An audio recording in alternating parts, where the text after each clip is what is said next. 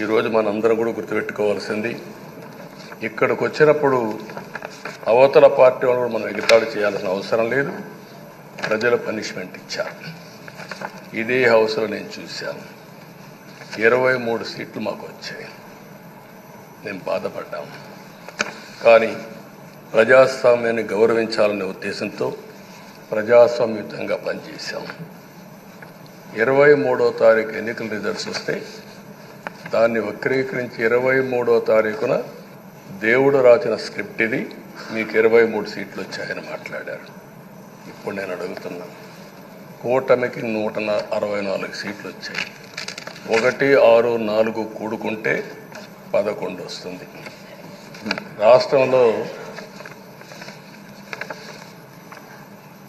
దగ్గర 1631 రోజులు అమరావతి రైతాంగం